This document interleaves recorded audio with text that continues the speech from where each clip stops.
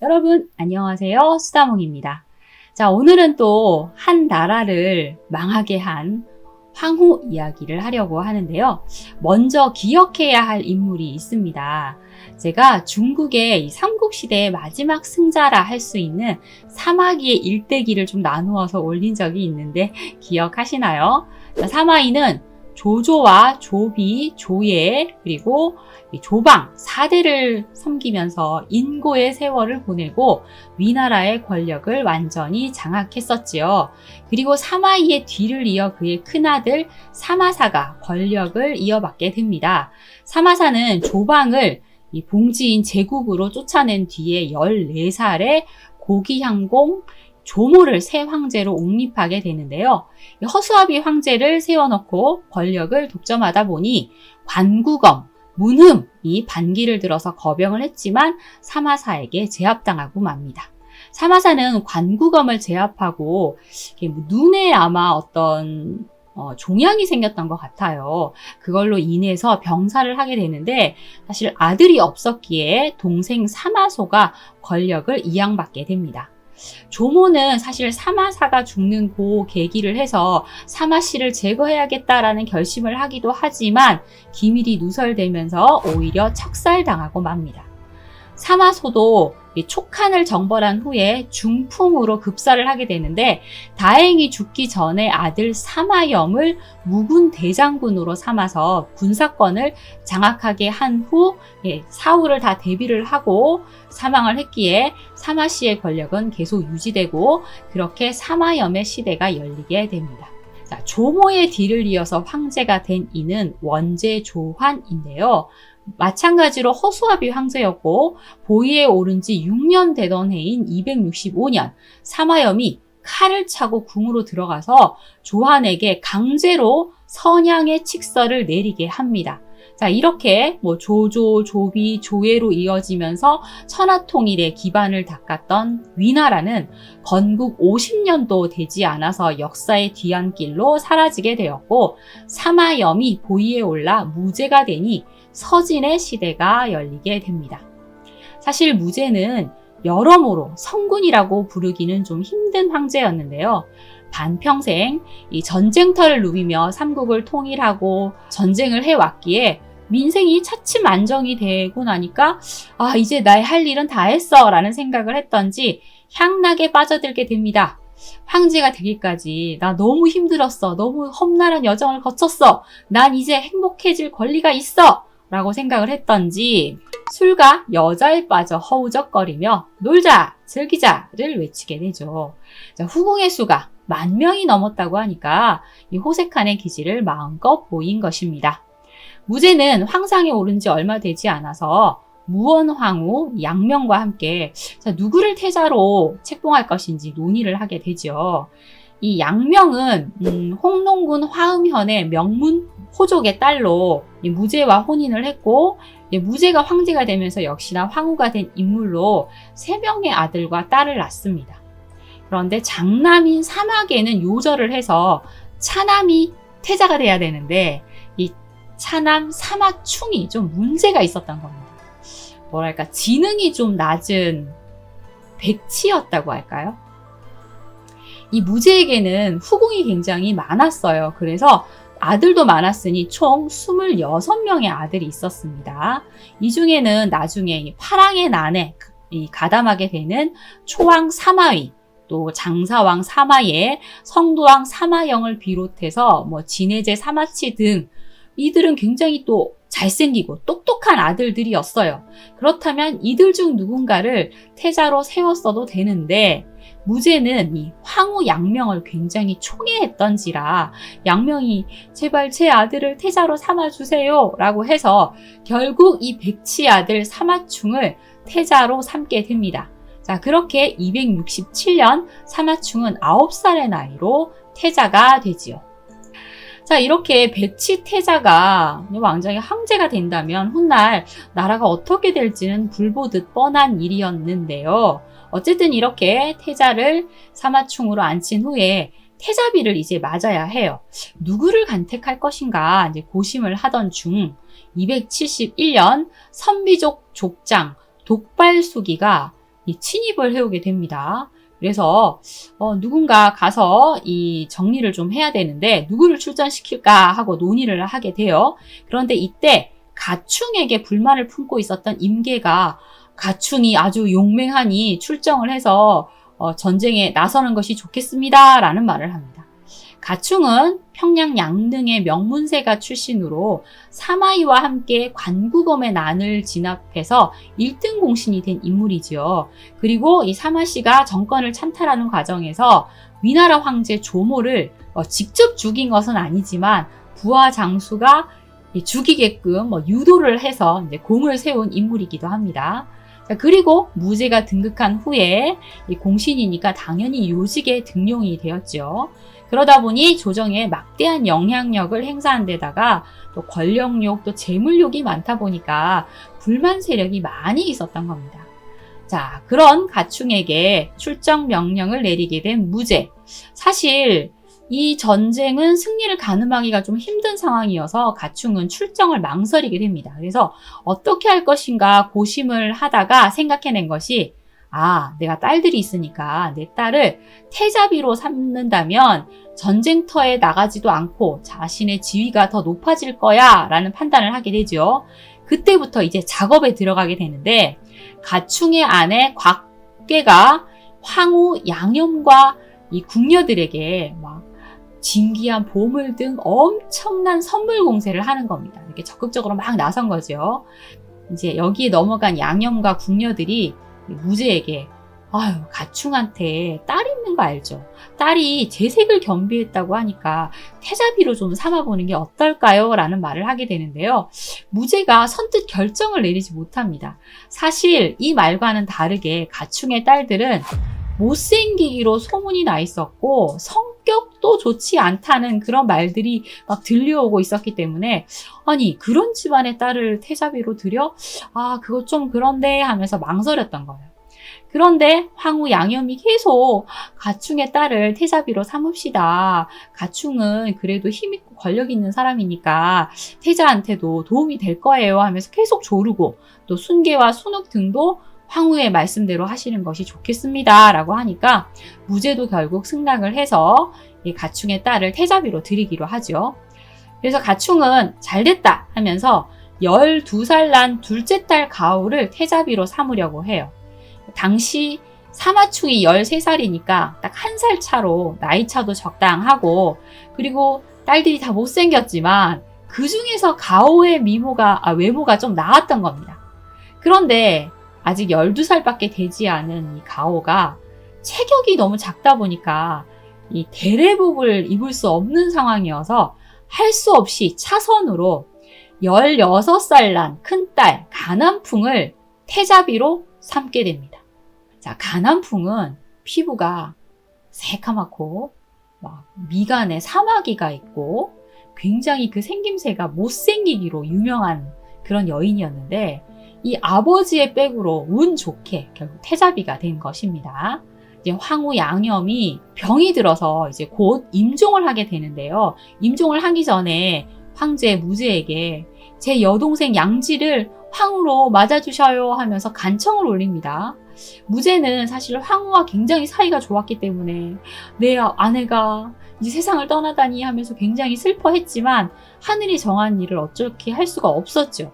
자, 그렇게 양염이 세상을 떠나고 황후의 부탁대로 젊고 아름다운 원래는 처제죠. 그러니까 처제를 황후로 맡게 되는데 황후로 맡게 된 양지는 젊고 아름다웠기 때문에 또 그녀에게 푹 빠진 무제는 조강지처를 잃은 슬픔을 금방 극복해버립니다. 자, 그렇게 거릴낄 것 없이 자신의 뜻대로 살아가는 무제. 그런데 한 가지 마음에 들지 않는 것이 있었으니 바로 며느리 가남풍이었습니다. 아니 외모가 별로인 거는 드릴 때 이미 알았어요. 그런데 이 태자비로 삼아 보니 질투심도 강하고 굉장히 악독한 성품인 게 드러나서 가남풍에게 정이 1도 가지 않는 거예요. 이 가남풍은 어머니 곽계의 성품을 굉장히 닮아 있었다고 하는데 곽계 역시 악독하기로 소문이 나 있었다고 합니다. 가충과 곽계 사이에는 원래 딸 외에 아들이 둘이 더 있었는데 이 곽계의 질투 때문에 아들들을 잃게 되었다는 이야기가 있어요. 장남인 가련은 3살 때 유모의 품에 있다가 아버지 가충이 들어오니까 아버지 하고 달려가서 아버지를 막 반기면서 좋아해요. 그런데 곽계가 이걸 멀리서 보니까 유모도 서 있고 아들도 서 있고 자기 남편도 서 있는데 남편인 가충이 유모에게 수작을 벌이는 거라고 착각을 한 거예요. 그래서 얼른 뛰어가서 이 장남 가련을 확 빼앗더니 유모를 막 채찍으로 때려서 죽여버립니다. 아니, 눈앞에서 자신의 유모가 맞아 죽는 것을 본 이 아들은 너무 큰 충격을 받아서 쓰러지고 곧 병사했다고 해요. 그리고 또 다른 이제 아들을 낳게 되는데 이번에도 가충이 유모 품에 안겨있는 아들 머리를 이렇게 쓰다듬었는데 또 그걸 보고 오해를 한 곽계가 유모를 죽였고 하루 종일 울던 아이가 또 세상을 떠났다고 합니다. 이런 어머니를 보고 자란 가난풍은 태자비가 되어서도 그 악독한 성품을 숨기지 않았는데요. 황궁에서 누구든 가난풍의 심기를 건드리면 목숨을 내놓아야만 했습니다. 어찌나 질투심이 강한 여인이었던지 태자가 다른 여인을 품는 것을 두고 보지 못했는데요. 하루는 태자 사마충의 아이를 임신한 궁녀를 직접 죽이기까지 합니다. 창을 던져서 배를 찔렀다라는 말도 있고 단검으로 배를 찔렀다라는 말도 있는데 어쨌든 배를 찔린 궁녀는 피가 솟구치고 뱃속의 아이가 바닥에 떨어져 죽었다라고 하니 아주 끔찍한 장면이었을 것 같습니다. 자, 이 소식을 듣고 진노한 무제는 가난풍을 냉궁에 유폐시켜서 영원히 나오지 못하게 하리라 하며 소리치는데 황후가 말립니다.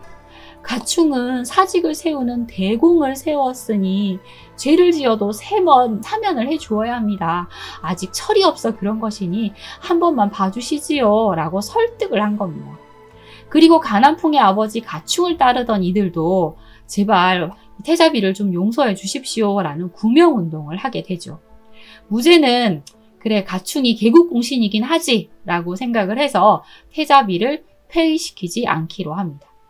하지만 이 사건을 계기로 태자에 대해서 다시 생각을 해봅니다. 사실 정말 세상 물정 모르는 이 백치인 태자와 이 악독한 태자비가 자신의 뒤를 이어서 황제와 황후가 된다면 나라는 대혼란을 겪을 게 뻔했죠.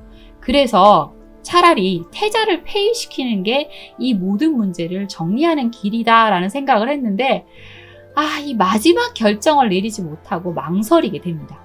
이때 상서 화교가 태자가 굉장히 순박한 풍모를 지니고 있는데 세상은 말세의 거짓 풍조가 넘쳐나고 있습니다. 폐하의 집안일이 우려됩니다. 라는 간언을 합니다. 그러니까 그렇게 백치인 태자가 앞으로 나라 일을 제대로 할 수 있겠냐라는 말이었던 거죠. 자, 마지막으로 한 번만 우리 태자를 좀 테스트를 해보자 라고 생각했던 무제는 이 동궁을 지키고 있는 관원들을 전부 다 황궁으로 불러서 연회를 베풀어요. 그리고 몇 가지 문제를 적은 봉투를 태자궁에 보냅니다. 그러니까 태자가 정말 정무 능력이 전혀 없는가 간음을 해보기 위해서 보낸 거고요. 이 태자를 도와줄 관원들은 다 연회에 참석해 있어서 태자를 도와줄 사람은 아무도 없는 상황이었어요. 자, 그런데 이 소식을 들은 가난풍이 황급히 사람을 보내서 그 답안지를 가져오도록 했고 사람을 시켜서 태자 대신에 막 답안을 작성하게 해요. 그런데 이 답안에 고전을 인용한 부분이 너무 많아서 이 장홍이라는 굉장히 총명했던 환관이 태자가 공부를 많이 하지 않은 것은 누구나 다 아는데 이렇게 고전을 많이 인용을 하면 황제가 배후를 추궁할 겁니다 라는 말을 합니다. 초조해진 가난풍이 그러면 네가 좀 작성을 해라. 내가 훗날 꼭 보답을 하겠다라고 부탁을 해서 장홍이 태자의 그 수준을 딱 생각해가지고 초안을 쓰고 태자가 베껴 쓰게 해서 이제 무제에게 보내는데요. 이 답안지가 썩 마음에 들었던 무제는 관원들에게 막 답지를 보여주면서 야, 이런 생각을 했어. 야, 내 아들 진짜 영 바보는 아닌 것 같아. 라면서 기뻐하고 이렇게 한 고비를 넘기게 됩니다. 자, 그런데 태자와 태자비 사이에는 혼인을 한 지 몇 년이 되도록 자식이 없는 거예요. 무제는 혹시 태자에게 무슨 문제가 있나? 라는 생각을 해서 자신의 궁녀인 사구를 몰래 태자에게 보내서 동침을 하게 해요. 사구가 동침을 하고 돌아와서 태자에게는 아무 문제가 없습니다 라는 말을 하고 또 얼마 후에 사구가 임신을 하게 됩니다. 무제는 혹시 질투심 강한 이 가난풍이 사구를 해코지할까봐 몰래 이제 보호를 해서 10달을 보내고 사구는 아들을 낳게 돼요. 무제는 드디어 내 손자를 안게 되었다라고 기뻐하면서 이름을 사마휼이라고 짓습니다. 자, 그렇게 몇 년이 지나고 사마휼을 딱 관찰을 해보니까 다행히 아버지랑은 다르게 굉장히 똑똑한 녀석인 거예요. 그래서 무제는 손자를 맡기면서 국사를 결정할 때 어린 손자한테 요건 어떻게 생각하느냐 물으면 태자가 나름 생각해서 이렇게 생각합니다 라고 대답을 하면 기특해 하면서 국사에 반영도 해보고 하면서 손자를 키워볼 생각을 한 거예요. 손자 사마휼에게서 뭔가 밝은 미래를 봅니다. 그래서 그래, 사마충이 좀 모자라긴 하지만 손자가 이렇게 똑똑하니까 보좌를 하게 하고 나중에 사마충 뒤를 잇게 하면 되는 거야 라면서 이 사마휼을 보고 사마충의 태자 지위를 계속 유지하기로 결정하게 되죠. 하지만 이 결정은 무제가 생각을 못한 것이 있었던 게 이 가난풍이 생각보다 더 악독한 여인이었다라는 것을 놓친 결정이었죠. 자, 290년 무제가 사망을 하고 태자 사마충이 황위에 올라 해제가 되는데요. 이제 황후인 양쥐는 황태후가 되고 가난풍도 황후에 봉해지게 되었겠지요. 해문황후라는 시호가 있지만 우리는 계속 가난풍이라고 부르도록 하겠습니다. 자, 그리고 이제 사마휼도 태자로 책봉이 됩니다. 그런데 가난풍은 황후 자리에 올랐어도 마냥 기쁘지만은 않았어요. 사실 자신이 권력을 누리기에는 이 조정에는 이 권력을 가진 이들이 너무 많았고 또 자신에게 불만을 가진 사람도 너무 많아서 자기가 한 발 잘못 내디디면 폐위를 당할 수도 있다라는 생각을 했던 거예요. 그래서 내가 먼저 손을 써서 권력을 차지해야겠다라는 생각을 하게 되는데 가난풍이 제일 먼저 쳐내기로 결정한 사람은 황실 큰 어른인 황태후 양쥐입니다. 사실 양쥐는 굉장히 온화한 성품으로 무제가 가난풍을 폐위하려고 했을 때 막아주기도 했고 가난풍이 법도에 어긋나는 행동을 할 때는 황실의 법도를 지켜야 합니다 하면서 타이르곤 했는데요. 이런 타이름이 잔소리와 질책으로 받아들여져서 양쥐에게 앙심을 품게 됩니다. 그런데 사실 양쥐 덕분에 황후가 된 거잖아요. 그런데 가난풍은 그런 은혜 따위는 전혀 생각하지 않았던 거예요. 그리고 또 이 황태후가 된 양쥐의 양씨 가문이 조정에서 굉장히 막강한 권세를 떨치고 있었기 때문에 자신이 권력을 차지하려면 양씨 세력을 몰아내야겠다라는 생각을 한 겁니다. 사실 백치 황제 해제는 아무것도 모르는 황제잖아요. 그러니까 남편, 내가 하는 말 잘 듣고 내가 하는 말만 따르면 돼요 하면서 남편을 어르고 달래서 자신의 편을 만드는 거예요. 그러니까 해제는 알았어 부인, 나 부인 말이라면 뭐든 할게 라고 딱 하니까 이 남편을 무기로 장착한 가난풍이 이제 양쥐의 아버지 이제 태부가 된 양준을 먼저 쳐내기로 합니다. 양준은 딸 둘을 황후로 만들고 또 현재 딸이 황태후 자리에 있는 만큼 굉장히 권세가 높았는데 아나무인의 인물이었던 거예요. 그래서 그만큼 기회를 딱 노리다 보면 그를 쳐낼 수 있는 그런 기회가 올 거다라고 생각을 하고 가난풍이 그를 예의주시하고 있었습니다.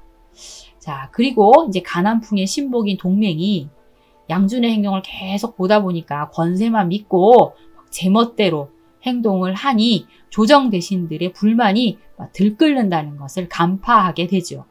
그리고 당시 중랑으로 있던 맹관과 이조가 양준한테 푸대접을 받아서 앙심을 품게 되는데 이걸 알게 된 가난풍이 이제 몰래 환관을 보내서 양준 꼴보기 싫지. 우리 같이 없애버리자 하면서 양준을 제거할 방안을 모의하게 됩니다.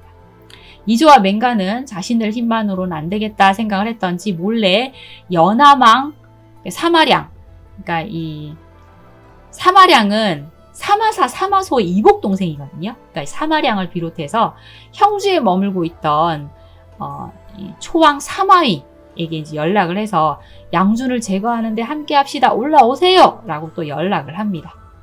자, 가난풍은 일단 이조와 맹간에게 해제에게 얼른 이 양준을 삭탈관직하고 체포하라는 명을 내리도록 부추겨라 라는 말을 해서 해제가 양준을 삭탈관직하고 체포해와라 라는 명을 내리게 됩니다.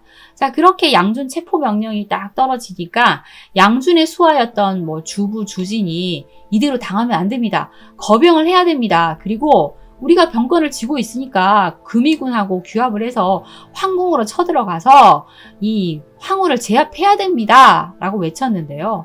막상 이렇게 일이 닥치니까 양준은 두려움에 벌벌 떠면서 어떻게 해야 될지 모르고 결정을 내리지 못하는 거예요. 그러자 실망한 부하들은 아유, 여기는 우리가 있을 때가 아니네 하면서 뿔뿔이 흩어져 버립니다. 그런데 이 소식을 들은 황태후 양지가 아버지를 구해야겠다는 생각으로 태부 양준을, 그러니까 아버지를 구하는 자에게는 큰 상을 내리겠노라 라고 쓴 쪽지를 이 화살에 묶어서 성 밖으로 쏘았는데요. 이 화살이 멀리 나가지 못하고 황궁 안 어느 구석에 떨어집니다.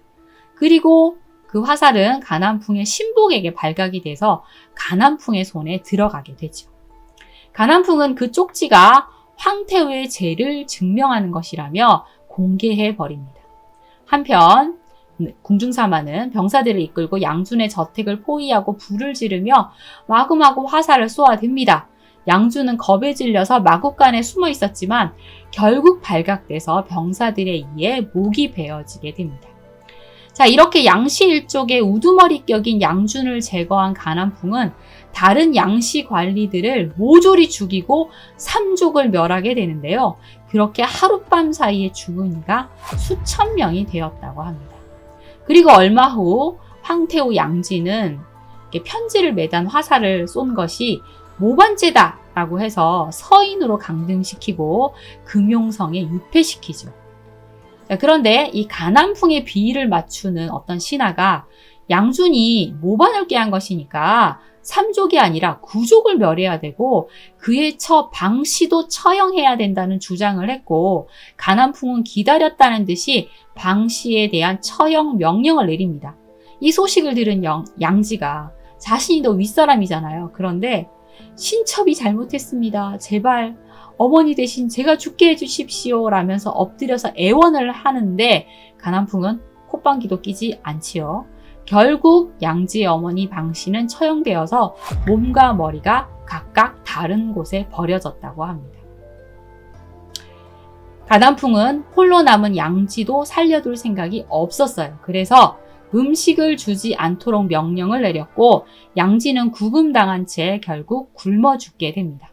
자, 그리고 가난풍은 죽은 양지를 관에 바로 눕히는 것이 아니라 엎드려 눕히고 관 속에 저주하는 부적을 잔뜩 붙여놓게 하는데요.